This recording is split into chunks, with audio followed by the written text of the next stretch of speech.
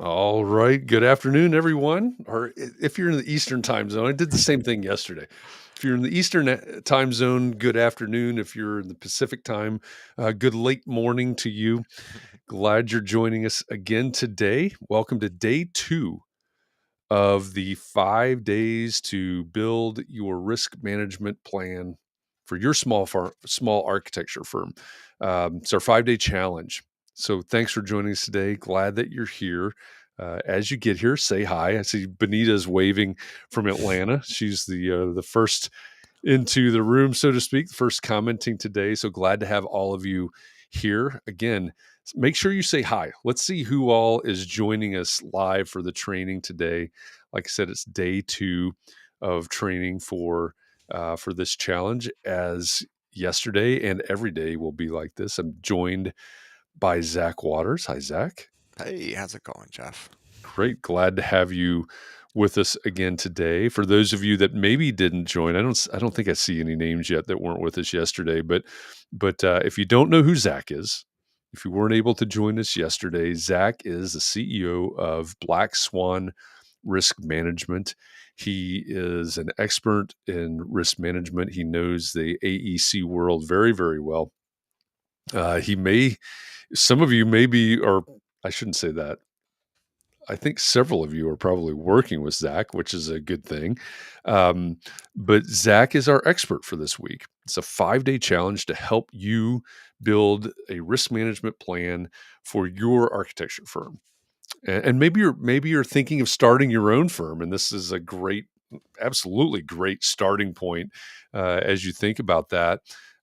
We're doing this because we know that many small firm architects, and let's be honest, it's not just small firm architects, but many small firm architects, when I ask them, say, yeah, I don't actually have a risk management plan. I've got my E&O, I've got my insurance, but I don't have a comprehensive risk management plan. So that's why we're here this week to, over the course of 5 days, help you build a customized risk management plan for your practice. So, yesterday was day 1. If you missed yesterday, don't worry about it. You can catch up, right? The recording from yesterday is available inside either the Entree Architect Community Facebook group or the Architects and Allies Facebook group, or on the Entree Architect YouTube channel for that matter as well. You can find that recording, you can watch, you can catch up. The homework from yesterday is published, it's out there. You can catch up. You can do the homework. There were only really 2 questions, two exercises on the homework yesterday, so you can catch up. We're going to present. Zach is. I say we. Zach is going to present today's training here in just a couple of minutes, and we'll help you catch up. That's why we're here. The goal is for you to learn something every day, for you to do something every day, to go through an exercise every day towards the goal of creating this plan at the end of 5 days, or a collective, I guess, after the end of 5 days. So again, welcome. Glad that you're here. Let's see. Looks like we've got about 20 people in the room, which is awesome. If you haven't said hi, or at least waved like Benita did, wave and let us know that you're here from whatever platform you're joining us from. If you are commenting and your comment isn't showing up on the screen like everybody else's, then it's probably because you're joining from Facebook, from a private group, and you need to give Facebook permission to communicate with Restream, which is this platform that we use here. So there's a URL in the bottom left corner, chat.restream.io/FB, like Facebook. Type that into your browser, and then a couple of clicks later, you'll give Facebook permission to talk to Restream, and your little graphic will show up. The picture of your smiling self will show up, and also your comments will show up on screen, and we'll be able to see that like everybody else's.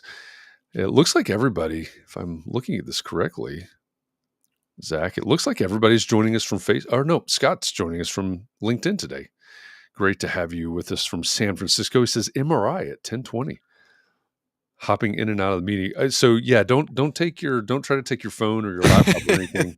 They don't like when you do that in MRIs. Yeah.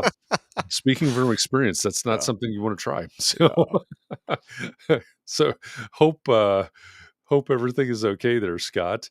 But, we've got, Benita's in Atlanta, and Chris Novelli is in, Massachusetts, and Gene, welcome back, and Jefferson in LA. Gene, remind me where you are. I forget. You said yesterday where you are, but I've forgotten where you are.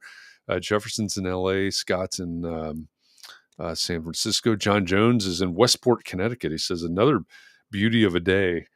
It looks like here in Indianapolis, it looked like rain earlier, but it looks sunny now. It's suddenly, as is usually the case in the Midwest, we went from like, is this winter ever going to end to, hey, yeah, we have to turn on the air conditioning today. It's hot and humid all of a sudden. Let's see. Emma's joining us from New Jersey. Chucktown Sean's in the house. Stephanie, welcome back from Providence. Let's see. Christian's joining us. He says from upstate New York. That means Ithaca specifically for him. Daniel Stewart, welcome back from Southern California, SoCal. John Brunt, welcome back from Salt Lake City. Says he's joining from the desktop. So the iPad doesn't work. I'm not sure. I don't know the logistics. I'm always on this side. I'm never joining from that side. So I'm not the one to ask about logistics on getting, what works and what doesn't. Unfortunately, sorry to not be able to answer those questions. Angela, welcome from Central New York. Okay, we're dividing New York up. We've got upstate, we've got central. I don't know enough about the geography of New York to speak intelligently about any of those, but if you want to divide your state up, you can. Glad to have you here. Let's see, Janine, or not Janine, Jean is in Annapolis, Maryland. How could I have forgotten that? Thanks, Jean. Let's see, Ann is in Tucson. Welcome back. Fred is from the Bay Area. I think he and Scott are probably at the same MRI trailer together. Ann says it should be 94 in Tucson, which, of course, that's a Oh. dry heat. That sounds very hot. Believe it or not, that's always the joke, right? The dry heat of the That's what desert Southwest. that's what we say in Arizona and California, but it's still hot. Yeah. Oh, yeah. It's still hot. We went from, I think at the end of last week, in the 50s, maybe the 40s at night. Today it's mid 80s and stupid humid. Like, probably Mm. my guess is probably 90% humidity. Oh, God. That's welcome to the Midwest. That's the way we do it around here. Oh, my And tomorrow gosh. it might be 40 again. Who knows? Steve, welcome back from Milwaukee. Scott's having to take his piercings out too. Let's see. And Francis, welcome from Austin. And Ann says this is bake. Broil comes next month. Okay, you can have it. You can have it. Love it. I'm My gonna. dad's in Arizona right now, enjoying that beautiful weather. Yeah, I love the desert. I really do. For a lot of years, I would go out to Colorado, to the high desert, Fruita, Colorado, so we could mountain bike in the desert. Usually not when it's 100 and something degrees, but October, April, things like that. So I love the desert, but yeah, when you get to points out there where it's is it really fit for human habitation? That's my question. My first experience in Arizona was in July, and I can Oh deal with the god. dry heat because I live in California. And so it was 5 nights. On our fourth night there, we were watching this electrical storm come in, and we were Mhm, sitting yeah. out on the patio of the hotel. You can see it. You wake up the next morning at 6 o'clock and walk out of your hotel, and all of a sudden there's humidity. And I don't do humidity. Yeah. Humidity is rough. Yeah. So I have this really negative association with Phoenix, Arizona, and humidity, even though that's not the case. But Yeah. That would seem to be a hard swing too if you go from yeah, hot and dry to, probably, I assume, still hot and humid. That yeah. would, yeah. Yeah, we get to the point around here where you almost need gills to walk outside. Yeah. So Benita has a question from yesterday about limitation of liability and setting a limit. So Uh-huh. we'll jump on that here. Okay. Just as a quick aside, as we get everybody into into the room here. She says, well, hang on, where did it go? And we Uh, talked about this backstage yesterday, didn't we? Um, why would I say whichever is higher? So let me set the stage really quickly. And mhm, Zach, you correct me where I get this wrong. sure. So yesterday, a question came up about limitation of liability. Is that a good thing? Can we actually do that? I know a lot of architects will say, "Hey, I'm limiting my liability to the amount of the fee that you're paying me." To kind of put it in layman's terms. So my fee is $10,000. That's the limit of my liability. And yesterday you said, well, maybe in you didn't use these words, but maybe in olive branches, um, $10,000, which is my fee, or $100,000, Mhm, whichever is higher. mhm, And I think the reason you said that was to make it feel maybe more equitable right. to the client. But I think that's where Benita's going with her question. If my fees are $50,000 and the limit is 25,000 or vice versa, how is saying whichever higher favoring me? And maybe I'm not understanding it correctly. So can you expand on that a little bit? Yeah, it's what you just said. It's we're extending an olive branch and we're trying to make sure that this limitation of liability is going to hold up, right? So the story that we told yesterday was of a structural engineer in the Port of Oakland who did a small project, $2,500 fee, shoring a crane out there in the Port of Oakland where they move all these shipping containers.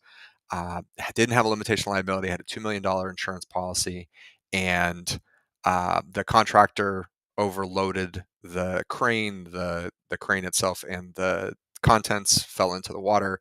No limitation liability, $2 million claim because it was I don't remember exactly, but like a $10 million claim or something along those lines. So it's a whole nother thing. We could go down a rabbit hole of exposure versus fault. But the point being was the structural engineer's exposure on their $2,500. I, so many variables that go into this. A judge, a jury, an arbitrator, somebody who's going to have to make a judgment on something like this. What I would like to do by putting that number in there is make it very easy for them to make that judgment, which is should we have been able to cap that structural engineer's liability at 100,000 instead of 2 million, and that's a huge win, right? That's a huge win. So that's kind of the thinking. It is absolutely an olive branch, and it's to make it very very clear that we are thinking about this not just in our own regard, but we're trying to be equitable here, right? Yeah. We're trying to understand that it's a very murky gray area in terms of what our liability is, and I understand that because architects don't like to give away limitations of liability to their subconsultants. Because if you're an architect and you have a $2 million policy, and your subs all have $10,000 limitations of liability, guess who's on the hook for that remaining Yeah. 980, whatever thousand Yeah. dollars, right? So it's just kind of it's a look in saying I understand, right, that this is a hard thing to put a number on. So this is why I'm making it the higher of the two. Yeah. Yeah, I think that makes sense. Benita, let us know in the comments whether or not that made sense to you. And Christian kind of follows up with a question about the only person accepting that limitation of liability. That's not that LOL is not laugh out loud. It's limitation of liability. The only person that's accepting it is really you and your client, right? That is correct, and so Christian's nailing it this morning. He sent me a contract to review. We'll go through that later, but you can't limit your liability with a third party, right? And the story there is out here in 2015. We had a Berkeley balcony collapse, an apartment not far from UC Berkeley campus. I think they were Irish exchange students, maybe Scottish. I apologize. Um, and and the long and the short of it is the structure was built in the 70s, I believe, Mhm. and this happened in 2015. So we're well beyond the statute of repose and limitations, but you can't limit your liability with a third party, right? You can't the parties that you're limiting your liability to have to be part of the contract, and so a bystander, somebody who is eventually on that balcony years later, isn't subject to that limitation liability. So There you go. very good point. Good to know. And Benita says, so just saying limited to my fees won't be enforceable, or this is a question, um, is just saying limited to my fees. Um, enforceable, why not say limit to my fees at a minimum to a maximum? I think that's what you're saying, isn't I it? think, yeah, we can dive into that a little bit more, Benita, if you want to send me an email. But I think we're saying the same thing, just kind of different wording. But it is fairly enforceable. And again, where we get into this, and the reason I use that structural engineering example is it's such a small fee with such big exposure, right? And so typically as an architect, um, the balance of fee and exposure maybe is not going to be that far off, right? Hopefully we're getting a little bit of fee, and we're going to talk about scope of services today, and that definitely encompasses the fee that you're going to charge. Um, so that's the reasoning for it, and that's why I would like to put a larger number on there. Steve Litchfield, the attorney that I've been on Context and Clarity with, he is incredibly comfortable with limiting to my fee. As long as the other Mm. side has had the ability to see it, you can go as far as having a line next to the limitation liability to have the client initial, and that way they saw it, they're signing off on it, and those hold up very very well in court. So. Um, yeah, That I'm that's really good to know. yeah. That's very good to know. Yeah. Yeah. Yeah. All right, well, let me reset the room here, so to speak, real quickly.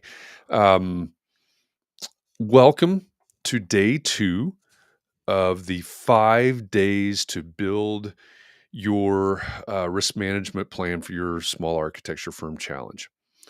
My name's Jeff Echols. I'm here as the host, as the facilitator. If we've never met before, I host a thing called Context and Clarity, which, if you see the graphics revolving around this challenge, this is a Context and Clarity challenge. Every day we have conversations about the topics that matter most to the success of small firm architects. This week, we're expanding on that. We're doing this challenge where, over the course of 5 days, we're digging into risk management as from a holistic point of view. I'm going to say, with the goal of helping you build your own risk management plan, a customized risk management plan for your architecture firm. So, if you showed up yesterday and you show up today, and for the rest of the week, we're going to go through these steps, a little bit of learning every day, a little bit of homework every day, and then by the end, we'll pull it all together, and you'll have a good start, a good framework for your risk management plan. I'm joined, I say joined, but really, I'm hosting our expert, who's Zach Waters, the CEO of Black Swan Risk Management, and he's doing our training every day. So we'll have a different topic every day, a different, a small sliver of this as we go through the week. Yesterday, Zach talked about standard of care. Today, Zach's going to talk about scope of services. Now, we mentioned earlier, or I mentioned earlier, backstage. What happens is we have this hour of training every day, and then we have backstage. We invited everybody backstage yesterday. Many of you took advantage of that.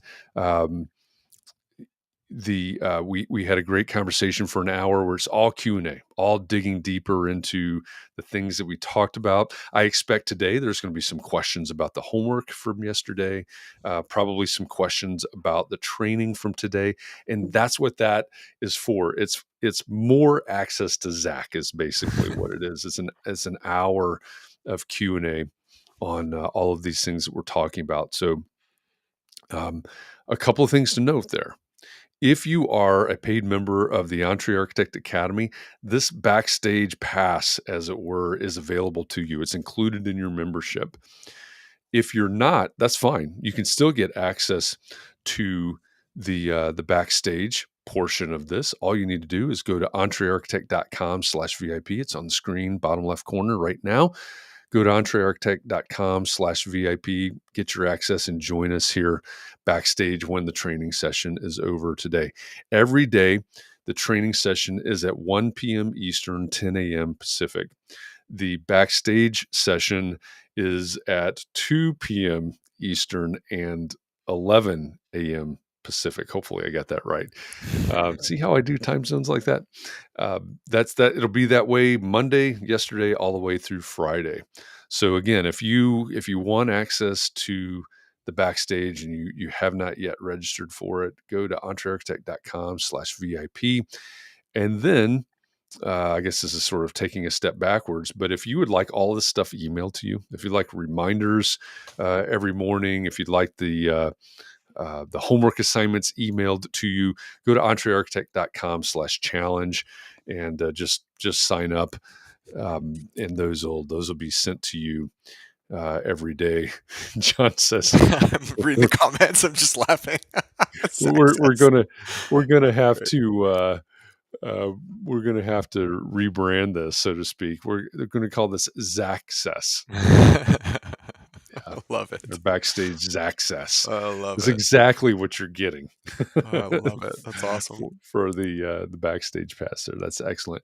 Christian says it's probably in Facebook, but you can remind us of the topic for tomorrow, Thursday, and Friday.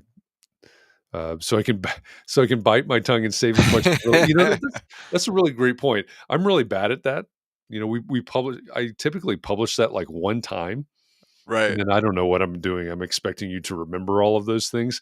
Um, so Zach, as we go through the week, yesterday we talked about standard of care. Today we're Uh-huh. talking about scope of services. Uh-huh. What are we talking about tomorrow? Tomorrow we're talking about site visits. So we're And the going to day talk after about that, contract administration, and the day after that is going to be communication and documentation, there which you is go. I need to find a better title for that. It is so important, but it just sounds incredibly boring. But it's not, I promise. Well, Um, but yeah. all of this is based this entire framework that we're talking about is based on a system that you developed, right? Right. Your Right. The four four S's. S's. Yep. What's tell us a Right. little bit about that system real quick. Right. So the four S's, which I coined on your show, Context and Clarity, about 8, 9 months ago. What are you? So for a small firm architect, but really for anybody who's a design professional, what are you signing? What are you seeing? What are you saving? And what are you sending? So what are you signing? We spent a lot of time on standard of care yesterday, Yep. because we could spend a month. I could do a college course on contract review and we wouldn't be there, but we're trying to be incredibly practical here and pick out the pieces that have the biggest effect, right? That we can change, that we can actually modify and get done in our favor. So we're going to spend a little bit more time on that today with contracts in terms of scope of services, get into proposals a little bit. We'll talk about the hybrid proposal. If some of you are using that, please let us know in the comments. The Entree Architect hybrid proposal that Mark created. Christian asked this question yesterday, which is, have I reviewed it? I went back last night and did review it. It's amazing. Like, if you have access to that, I would question why you're not using it if you're not at least incorporating parts of it. So we'll dive a little bit into that today. And then what are you seeing going out on site visits? It's an area that we can take on a lot of liability if we're not careful. And then what are you saving? So communication documentation, kind of, it's an all-encompassing term for what are your email habits, and what does your document retention look like, but also how are you communicating with your team, and everybody else on the project. So Yeah. yeah, lots of fun stuff. Yeah. Yeah. Awesome. So again, if you've just joined us, we got about 11 more people in the room than when I said that earlier. First of all, welcome. This is day 2 of the 5 days to build a risk management plan for your small architecture firm challenge. Over the course of 5 days, we're going through all of these topics and helping you create your own comprehensive risk management plan. Um, if you missed yesterday, that's okay. The recording is still there. The homework is still there. If you need help finding that, type I need well, yeah, type help me find it. Help me find it in the comments if you need help finding the recording from yesterday. Both the training and the backstage are out there for your consumption, and the homework is out there. So if you need help finding any of those, just type "help me find it" in the comments, and I'll make sure that we help you find that. But you can catch up. If you missed yesterday, don't worry about it. You can catch up, and we're just going to continue on from here on day 2. So as we have said, yesterday we talked about standard of care, and today we're going to talk about the scope of services. John Brunt is asking, where's the homework? So whether you are in the Entree Architect Community Facebook group or in the Architects and Allies Facebook group. I realize you could be joining from LinkedIn or YouTube or Twitch or Twitter right now, but if you're in one of those groups specifically, the thing that you need to do is go to the top of the group. So you're in Facebook, you go to the top and there's some tabs. One tab is about, the next one is probably discussions. The next one might be mentoring. And then the next one might be guides. Whatever the order that you see on your screen is, look for the guides tab. If you click on guides, your screen is going to change. And then over on the left hand side, there are going to be a couple of guides. In the Entree Architect community, there's probably 2 guides. In the Architects and Allies, I think it's the only guide, but it's a guide for this challenge. It says the 5 days to build your own, so on and so forth. Underneath that is where we will fill up all the information that we go through this week. So the training session from yesterday is there. The backstage session from yesterday is there, and the homework from yesterday is there. Um, Today, the training session from today will go there. The backstage will not. The homework will. You today after From today on out, you have to have the VIP access to get backstage. So that won't appear there, but the homework and training for every day will show up under the guides section on either of those Facebook groups. And as we're talking, I'm going to turn this over to Zach here in just a second to start talking about scope of services. I'll go ahead and post the day 2 homework into the guides so that that will be there and you can use it to follow along. And if you would prefer to have it emailed to you, then just go to entrearchitect.com/challenge. It's in the bottom left of your screen right now. And just register that way, and the emails will come to you in the homework pops up in your inbox every morning. So if that's easier for you, that's no problem. Just sign up there, entrearchitect.com/challenge, and just gets delivered right to you. Otherwise, go to the guide section of whichever Facebook group you're joining from right now. All right, Zach, we Yes, sir. are. Um, uh, Manuel says, I did not see anybody else's homework posted except mine. So I wonder if I posted it in the wrong place. So, all right, I appreciate that comment because it takes a lot of pressure off of me for calling everybody out for not posting your homework. Manuel's throwing all of you under the bus. Actually, you're not the only one. I know I saw something from Jefferson, but what I want all of you to do is between now and tomorrow's session, I want you to either go live, like, start a video inside the Facebook group and talk about your biggest takeaway, or post in the group just as a post, say, hey, I'm participating in the challenge. This is what I learned yesterday. This is my homework for yesterday. All right. Do exactly what Manuel's talking about there because it helps other people. It encourages other people, and it creates this group learning environment. We can learn from each other. So that's part of the challenge, right? Either go live or post right in the group there. Hey, this is what I learned. This is my takeaway from yesterday's session or today's session, and this is my homework. So, and you can thank Manuel for calling you specifically out, and throwing you under the bus for not doing and posting your homework. Thank you for that, Manuel. I appreciate that. But in all seriousness, if you're able to and willing to, please post that in the group so other people are encouraged and can learn from you. All right, with that, Zach, today let's talk about scope of services. What do we need Let's to do it. know about scope of services on the heels of standard of care? All right. So we did our homework. Let's assume that we did it and we've nailed down the standard of They care, all did right? it. They all did it. They're just being shy. That's all right. We took the time yesterday. We went through, we reviewed it, we capitalized our standard of care, and we've got that, and it's laid out as a strong clause in our contract, right?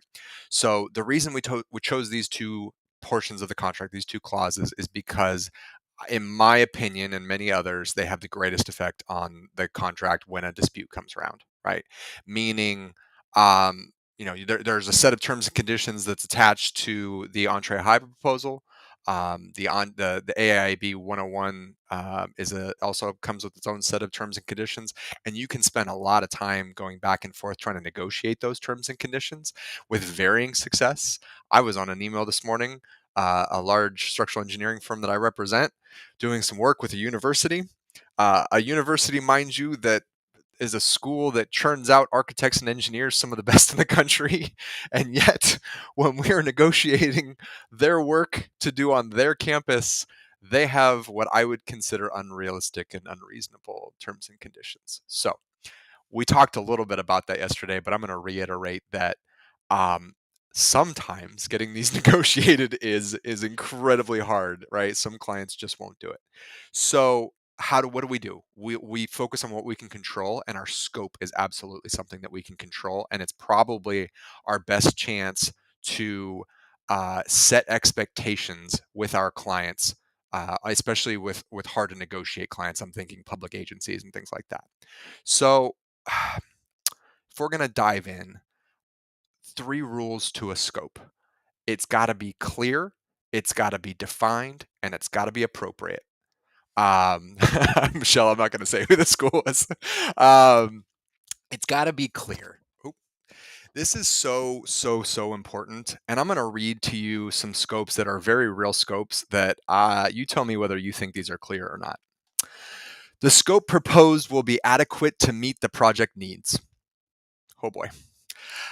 Consultant will provide any and all engineering services necessary for the completion of the project. How do we quantify that? How do we price that? How do we know if we've completed that scope? No idea, right? So, um, to reiterate, clear, defined, and appropriate. Um, when we jump in components, what will you do? What are you going to be doing for fee? These are our services, these are our deliverables, and this is the time frame in which we're going to deliver those deliverables. Uh, Part B, equally as important, what will we not do? Right? What is not in our scope? So often we make a nice long list of things that we will do, but we forget the stuff that we are not responsible for. And there should be a long list. And that's spoiler alert to the homework. One parts of the homework are going to be making a list of things that you will not do. I'm thinking of things that we'll get to the next one, which is add services. What are some services that you would do for an additional fee? And I know some design professionals that won't take on construction management, right? It's too big a risk. It's not something that they want to do. So what won't you do? Like, I want you to make a really long list of services, not just means and methods, but things that I don't want to be responsible for. Does that make sense? Is if we stopped right there and we just said, hey, I want you to make a very clear scope. I want it to be number one, what will you do? What is incorporated in your fee? Number two, what you will not do under any circumstances, and number three, what you will do for an additional fee, and then list that hourly rate in your proposal. I mean, we could end it right there, and that would be that would be enough. But All right, we're done here. yeah, that's it, right? Um, so let's talk about scope changes if we don't have any questions there. Um, how often does our scope creep when we're in the middle of a project? I had a client who called me up. He said, Zach, I took on this project. It was from my former firm. I left my former firm under good terms, and there was this huge residential. It was like a 40,000 square foot home in Los Angeles. And I was a consultant on the project, and I was really just there for a few things, and I was getting paid a fee of $10,000, and it was a one-page, basically a letter of authorization. It was not even a contract. Um, the architect of record had a falling out with the client. The client came to me and said, "Will you take over this project?" And oh, by the way, the fee on that now is $1 million. So we just jumped from a consultant making $10,000 doing a few services to taking on another architect's work, um, taking on $1 million fee, and taking on the scope that comes with that $1 million fee. That's about the most extreme example of scope creep that I can come up with, especially for a small firm architect. And he came to me and said, Zach, what do we need to do? Do we need to amend the contract? And the answer is absolutely. on a scale that large, Steve Litchfield actually took that one for me. He was excellent. He was able to work with the client and kind of iron out all the major details. But when our scope creeps, we're changing the contract, right? And there's a couple different ways to handle that, and we'll get into that a little bit. But we're modifying the contract, right? Whether we charge a fee for it or not, we're modifying what was expected of us, and we always want to fast forward a few years from now and be able to articulate why we did what we did 2 years from now, 4, 5, 10 years from now, right? Because that's when these disputes happen. It's not tomorrow, right? It's not next week. Generally, it's, I think the typical A&E claim is somewhere around 2 to 3 years from substantial completion, and we need to take great notes. And that's a scope for another day of our training here, which is communication and documentation. But we need to be able to say why we did what we did. So. Um, Anything there to unpack? Anything in the comments or from you, Jeff, before we move on? No, let's throw that out there. I mean, it does. I love the simplicity of this. And yesterday we talked a little bit about marketing and language. And, there are many people in this community, some I've worked with and some I haven't, that know that I'm a huge proponent of talking about who you're not right for. So basically the negative side, I suppose. That's not the right way to say it. But hey, this is what, if you're looking for this, we don't do that, right? We're not the right architect for you. And this, Hmm. to me, this is a similar concept. Okay, this is what we will do. This is what we won't do. Right, Period. right, This is what's included. This is what could be included, right? I mean, it's similar to this challenge, right? What's included in the challenge is the training, 5 training sessions from Monday through Friday. And at the end of that, you'll have your risk management plan, assuming that you did your homework. you'll have your you'll have your risk management plan. If you'd like, you can add to the scope, right? You can get VIP access. You can join us backstage. There's a cost to that, right? There's an investment to that. You may already have it covered if you're a member of the Entre Architect Academy. If you're not, that's fine. You can get access, but it's additional scope, right? And so I love, like I said, I love the simplicity of the concept here. right. And I saw a note there from Mark, which was CA services. It's the comment went below, so I can't exactly read it. But when I talk about construction management, I'm thinking more of acting as a general contractor, right? And then, Yeah. hiring and firing in particular. When we think of it from a purely an insurance standpoint, when we define construction management, we're going to break it up into at risk or Yeah. not at risk. And at risk is going to be I'm in charge of hiring and firing and bringing on people, and there's just a much larger amount of liability that comes with that. Um, so scope creep. Um, who who who is most likely or what type of client would you think would be most likely to engage in scope creep? Would it be the client who I just took on, who is brand new, who has never worked with me before, or would it be the project owner that I've worked with on 10 different projects before and we've Mhm. built very similar schools like this? Um, I think some people might be shocked to learn it's the second one. It's the friendly relationship. It's Mhm. the one that I know, and you and I, Jeff, are out on the project, and we say, "Hey, by the way, here we are on this school project site, and oh, we need to add a gymnasium over there. Can you go ahead and do that?" Right? It's like, oh yeah, all right. Um, Am I going to do that for free? Absolutely not. Am I, because we're friends and because we're familiar, am I more likely to, not fully charge for the services or, let maybe what I'm getting at here is not document it as clearly as I would otherwise? Mhm. Absolutely. Right. That is absolutely an area that we kind of just let these things lapse. And so when we're talking about documenting, is an email good enough to uh, add services? No, I don't think so. I don't, could it be? Is it a backup? Yeah, and we're getting a little bit into documentation, but all this stuff kind of spills a little bit into each other. If we're adding, if the client, is asking us to add something to the project, do we want to, if we do it verbally, right? Do we want to follow up via email? Absolutely. But do I need some type of documentation to the contract? Should I, as a firm, have some type of thing, even if it's just a one pager, which is uh, an amendment to the contract? Absolutely. And if you don't have that, we have a copy of it. Steve has generated that, and so the point here is that this contract, this scope, this thing that we've agreed to is our best defense when something goes wrong and somebody accuses us of something down the road, if there is a claim. And if we've not been very clear about it, we've left the door open to interpretation. If we've been incredibly clear about what we're doing, it can make it a slam dunk case to get the architect out. Um, because I've alluded to this before, but we've got this huge difference between fault and exposure, right?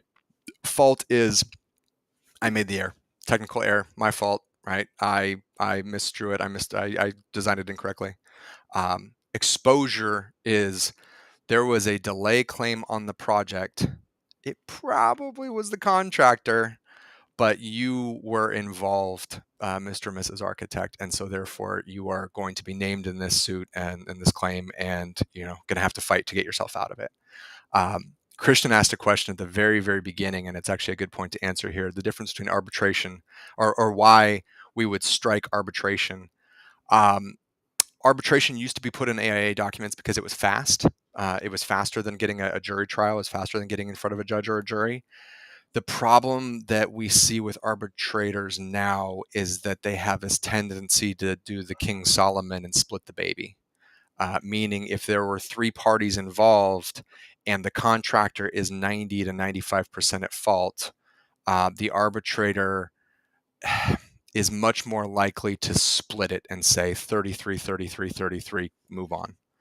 Because it is happening fast, though arbitration doesn't happen as fast as it used to as well. So, um, design professionals, going down a tangent here, do very, very well in court because our profit margins tend to be not nearly as big as contractors. Our upstanding business practices and just tend to be kind of more likable in nature. And often, I know this might shock you, architects tend to do things for free.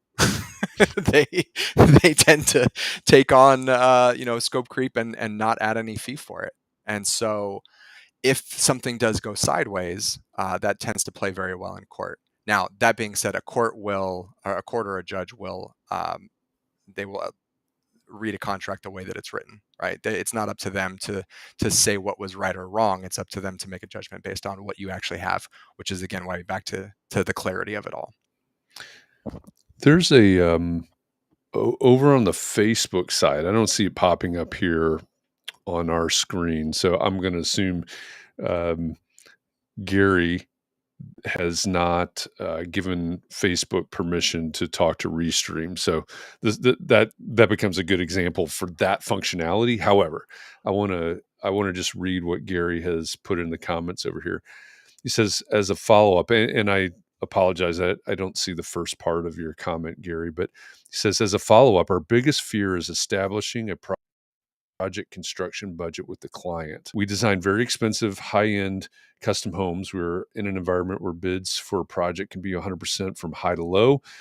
100%. We are Whew. worried we'll somehow have to be responsible to redesign the project and find ourselves in litigation for the clients that have to restart. What to do?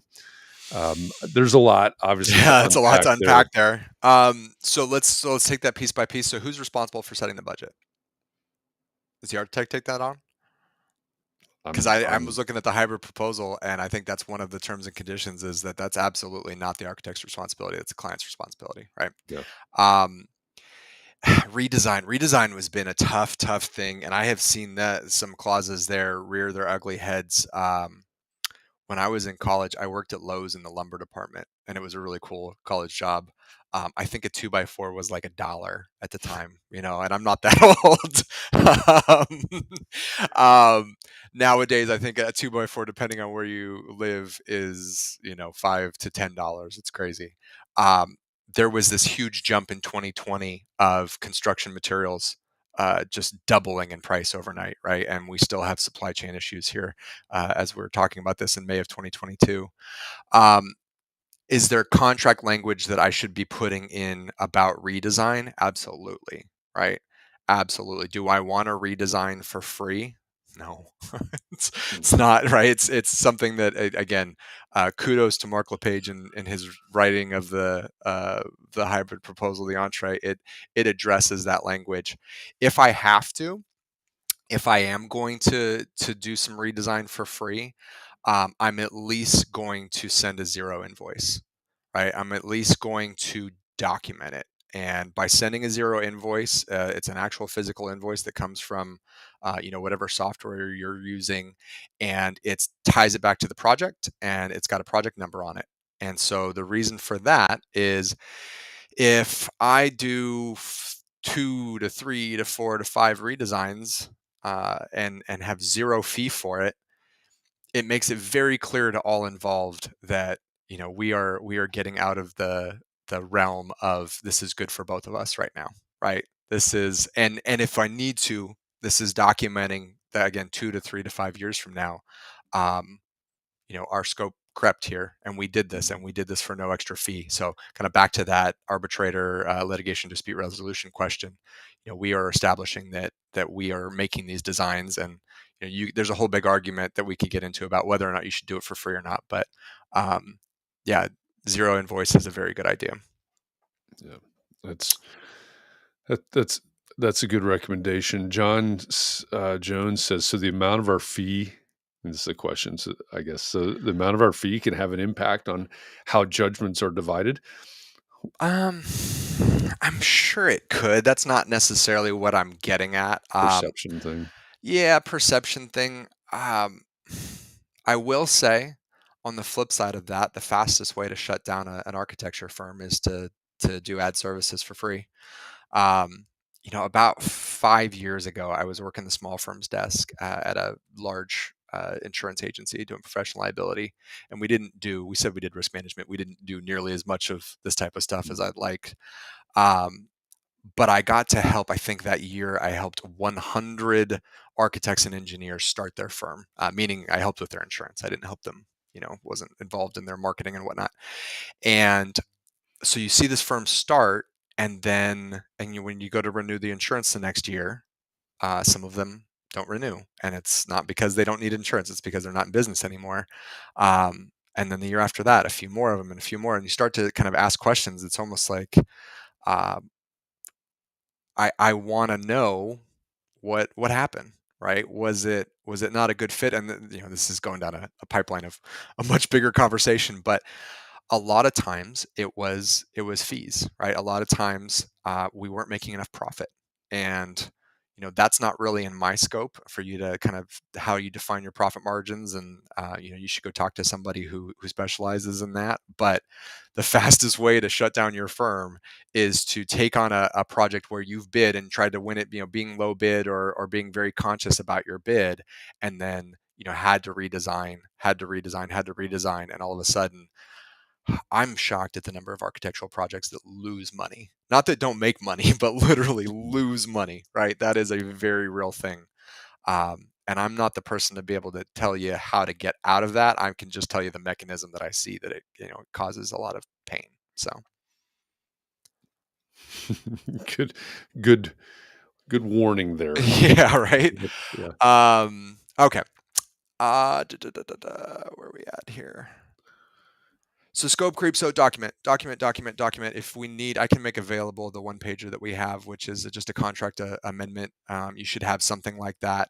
And kind of diving into the entree hybrid proposal, this does so much of what I was talking about. It was crazy. I actually wrote the notes for this presentation before really taking a dive in. I apologize. Mark sent me the entree proposal like 3 weeks ago, and I took a good long look. But um, a lot of this stuff is really just to have a good track to run on, right? So much of it comes. My dad used to work for PG&E, Pacific Gas and Electric, which is one of the biggest utilities in the country, and it represents most of California.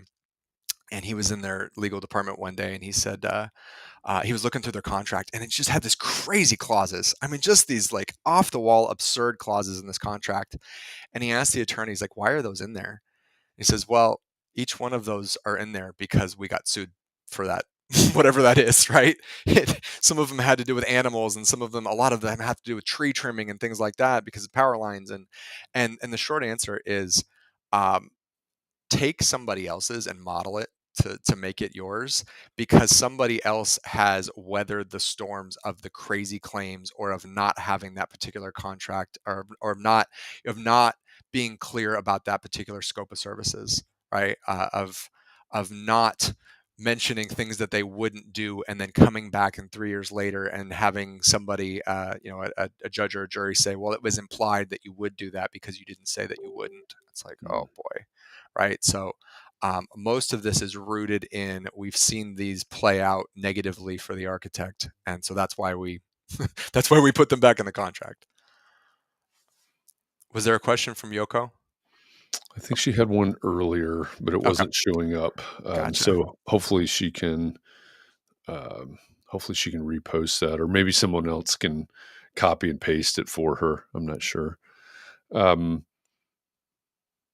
so we'll see if that comes back around.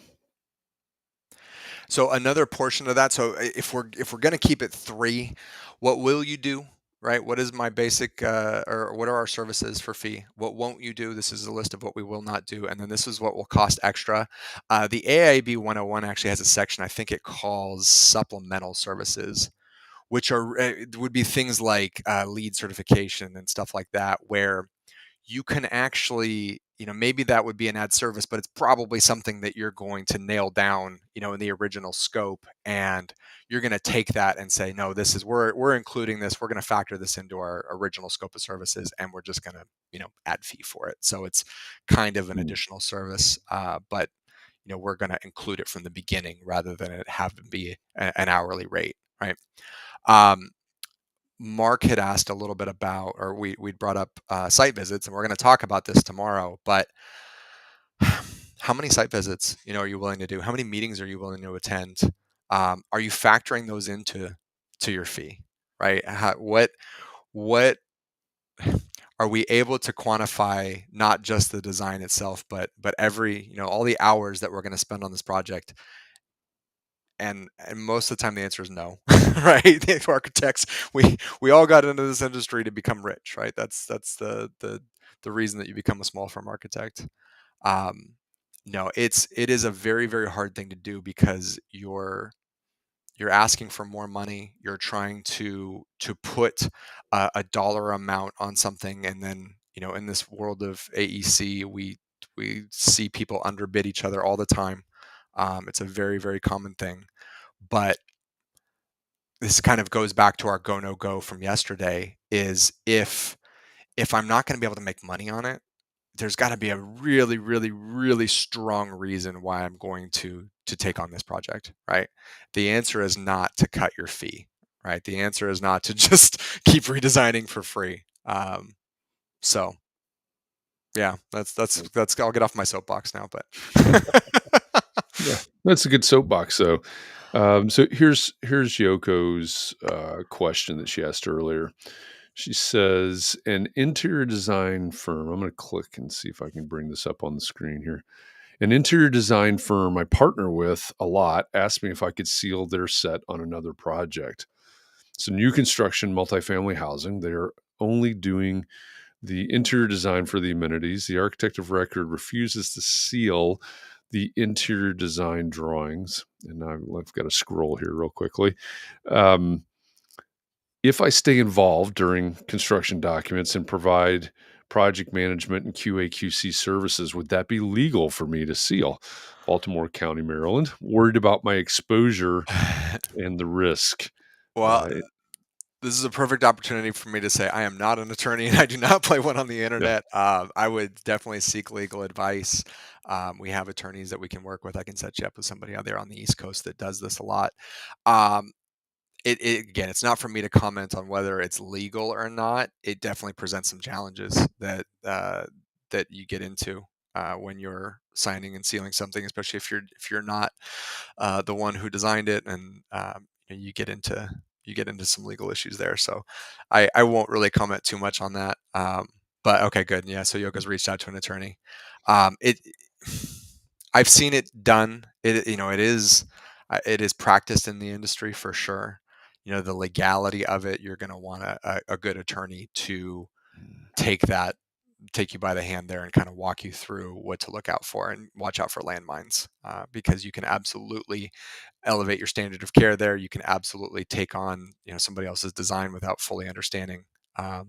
And yeah, I, And I think that's so. Apologies because I'm going to read between the lines here. I'm going to read something into this, and it may not be accurate. But back to one of your earlier points where you said, it's that relationship um, based part of it that can get us into trouble. And it sounds like Yoko works with this mhm, interior designer, and this is the part where I'm going to be reading into. She may feel like, hey, in order to strengthen or continue this relationship or whatever, I need to help this person out. right. um that could be the landmine, as you said, I suppose. It absolutely could, and it's a much deeper issue. Um, in general, and I'm making a sweeping generalization, architects tend to be wonderful, wonderful human beings who do not like confrontation. Right? It's just the truth. I've uh, never met a single architect like that. yeah, right. I'm kidding. And so these types of situations become very, very difficult, right? Versus, the general sweeping generalization of a contractor is that don't mind having, maybe skirting a few things, having tough conversations, making it business, it's just business, that type of stuff. So that doesn't tend to be the MO of a design professional. But when it comes to somewhere where you're going to have to set very clear boundaries, and um, yeah, it becomes a whole nother thing. This is why we're going to build this contract negotiation course, because negotiating this type of stuff is the secret sauce, right? We can know what to say, but it's how do we get it? Uh, how do we get our client to sign off on it? How do we get other design professionals to sign off on it? How do we put it? How do we make it a win-win for everybody? It's Each situation is going to be a little bit different. Um, Yeah. I'm seeing comments flood in now. Yeah. Yeah. Well, Yoko has added something here, and I think it's, maybe this is something to address right before we wrap it up here, because believe it or not, we've made it to the top of the hour. Oh boy. Um, she says, if I can perform QA/QC, I Mhm. feel fine sealing their sets because I know their work and I can check their work. They're really good. My hesitation, and this is the part I would like to ask you about. My hesitation is accidentally taking on liability for the architect of records work. Mhm. Yeah. So there's an So this architect of record that's doing everything around this, and then the interior designer's pieces. So that sounds like a good idea, not taking on liability for the architect of record. So what do we need to know about that? Absolutely, and this is going to be an attorney that's going to help you, and you're going to carve out your specific liability here. You're going to carve out your scope and what you're responsible for, and you're going to have somebody add in language that's saying, "I am only doing this, and I am not responsible for all of that." Right? One of the first parts that we talked about was, when I'm talking about my services, are they appropriate? And appropriate doesn't mean can I do them. Appropriate means am I the one that was responsible for them, or is there somebody else on this project that is responsible for those services, right? Um, as an architect, could you do structural engineering? Yeah, maybe, right? If there's a structural engineer involved on the project, do I want to be responsible for the structural engineering? Absolutely not, right? So, yeah, that was absolutely. You can get in there and you can write language. It's above my pay grade to write that type of language, but that is what a good attorney will do for you, is to be able to kind of navigate that situation and put in some some clauses that are in your favor. And that is effectively defining the scope of services, right? It is And 100% full circle. there you go. Full circle. It is, yeah. Our scope, and this is, it's such a hard thing for me to stand up here and say because I can't write your scope. It's you guys know way better than I do. I can just tell you what has caused problems for Yeah, for folks that are undefined scopes, right? yeah, It's really a personal decision, and that kind of gets to the homework, which is for you to go and figure out what it is you'll do and what it is you'll do for additional fee, and then write that in. And when we're making that list of things that we will not do, we're going to include some type of language saying this is not an all encompassing list. Or if I'm not going to include a list of things I won't do, I'm going to include a clause that says something along the lines of, if it is not included in here, I'm not doing it. Right. yeah, And that's kind of my CYA, if you will, cover your tail. Um, yeah, that type of language. yeah, that makes sense. Um, all right. We believe it or not, this hour just flew by. So we're past the top of the hour, which means we need to wrap up this training so that we can jump backstage and go through the Q&A discussion and dig a little bit more into your questions from yesterday's homework or yesterday's session or today's session. So a couple of things. The homework for day 2 is now posted in both of the Facebook groups, the Entree Architect Community Facebook group and the Architects and Allies Facebook group. Go to the top to guides, the little tabs at the top, about and discussion and so on. Guides is up there. Click on that. And then on the left-hand side, you'll get the 5-day challenge guide. Under that guide is where everything for this week will be posted. Yesterday's training is there, yesterday's backstage is there, yesterday's homework is there, and now today's homework, so the day 2 homework is there. I'll move the video of this training over there later after we're done here, so that'll eventually show up there.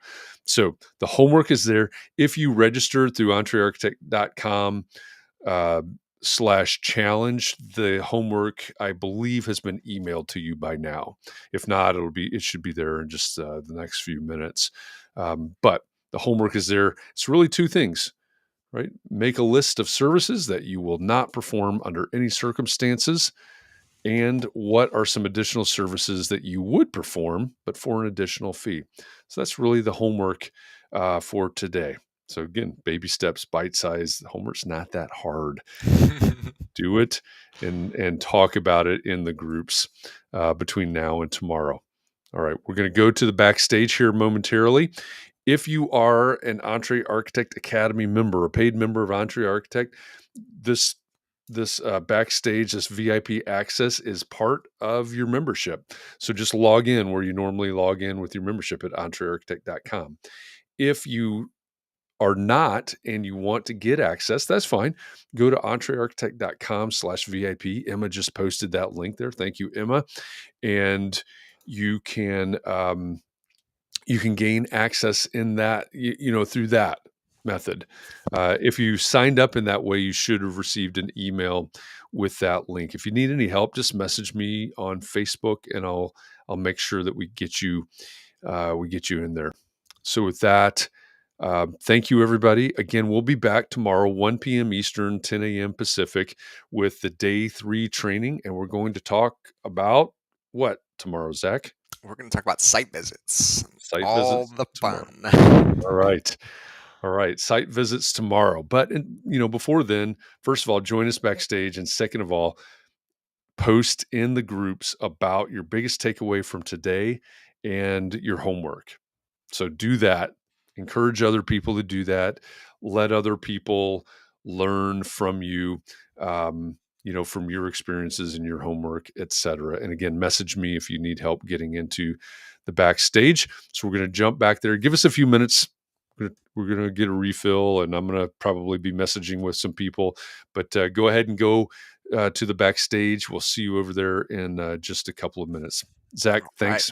Appreciate Thank you for you. doing this again today. And Absolutely. I'll see you in a minute. thank you to everybody else that's out there. Thanks for all your questions and comments. And hope you got a lot out of this today. We'll see you Absolutely. again tomorrow for this. All right.